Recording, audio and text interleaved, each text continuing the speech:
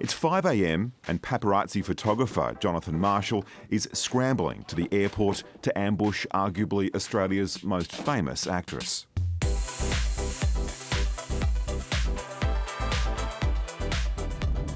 Considering all the jobs you go out to, how many of them would be pre-arranged by the celebrity or the management themselves? What percentage?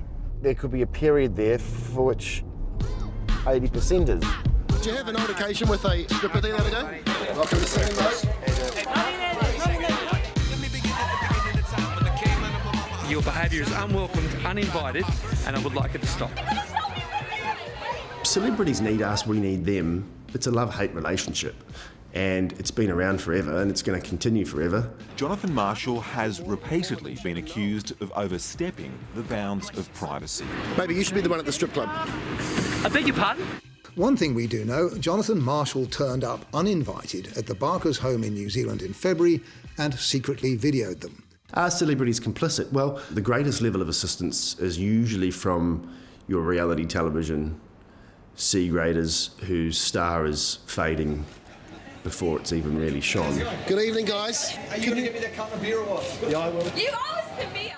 So it's kind of a mistake to think that the game or the competition's between you guys and the celebrities. It's more the competition between paparazzi. Yeah, that's a healthy rivalry. That said, you've got an earpiece in this morning, so who are you talking to? So that's Liam, he's my colleague. Liam Mendez, Jonathan's 22-year-old wingman, has had his own share of run-ins with celebrities and the law.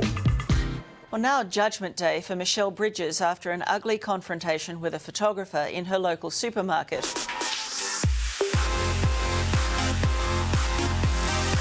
Liam, what was your reaction to today's court decision? I was very happy. Yeah, we work a lot of the time together, pretty much most of the time. You know, two people work better than one. This is like a second home. Like, I'm yet to see Nicole Kidman walk out here like a normal citizen. So yeah, you'd be very surprised if you weren't seeing cars at one of the back entrances. I mean, one of the other scenarios that if there's no car, then she's not actually even coming. Sometimes information can be wrong. Morning, Evan. How are you? But guys, if I can just ask a favour, you guys stand here. Yeah. Get your shot. No worries. So that's Kidman's long-time security guard. But if Nicole doesn't have a shot at this hour of the morning, he'll make sure to get into our shot. But the beauty about this is we've found where the talent's going to come. We're the only photographers here. This is a Good Friday morning. Exclusive. Exclusive. Today's wedding of Peter Stefanovic and Sylvia Jeffries, south of Sydney, is a tabloid field day. It's clear the Stefanovics aren't interested in any photographers being part of this wedding.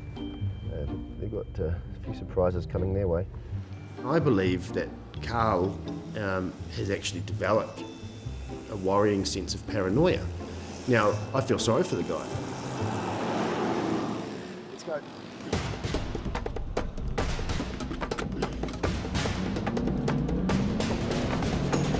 So do you think that you've made him paranoid? Probably I've been part of that process, yeah. So we've got Carl Stefanovic here, probably because we're heading to, I guess, the pointy end of the wedding.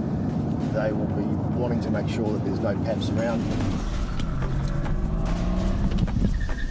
Look, I don't try and defend what I do because you're probably going to lose it in a really academic argument. But you ask me, do I feel at all responsible for maybe a sense of anxiety and paranoia that he's suffering? I'd be lying if I said that I'm probably not. He's in a job that at any time he can check out from. He's decided to stay in that job, and in that job with a marriage breakup, there's going to be interest. In the same way that his own show covers the breakups of other celebrities, for example, Brad and Angelina. So you're saying as a paparazzo that you believe in a right to privacy? Yeah, sure.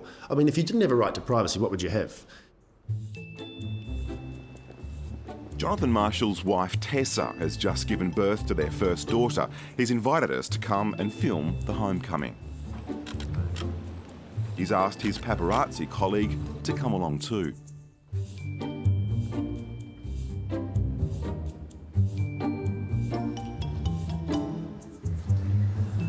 it the whole way. He did. How did you feel being photographed coming out of the hospital? Oh, I wasn't excited about that, and I don't want those photos to go anywhere. I just given birth to a baby and I felt like a whale. She doesn't look very happy. Well, would you be? Well, it's a cutthroat business. You know, we're all trying to provide for ourselves and our families, and there's only so many photos to go around, there's only so many dollars to be spent. You know, relationships come, relationships go. I'm yet to meet a paparazzo in Australia who still lives in that family unit. Tessa says she gets mixed reactions when she tells people what her husband does for a living. Why would you want to annoy and interfere with other people's lives? So why does he? It's his choice. It's his career. He enjoys it. And I would argue he's not really interfering. Well, you know, he is interfering to a point, but, you know, these are people that are in the public profile. You know, they're celebrities. They know going into the industry they're going into that this comes with the territory. This is just about making money, really, if we're honest. But it's not just about making money, because you express this idea that you feel empathy for the person that you're following. Oh, but why do you do this job? You don't do this job to have empathy, you do this job to make money. Do you worry that with his new baby that perhaps he might fade away from the game? Not at all, no.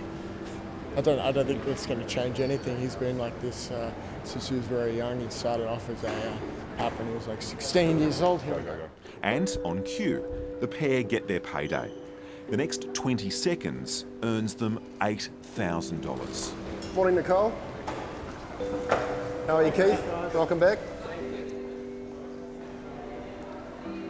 Well, I make money and I take photos, and occasionally I annoy people.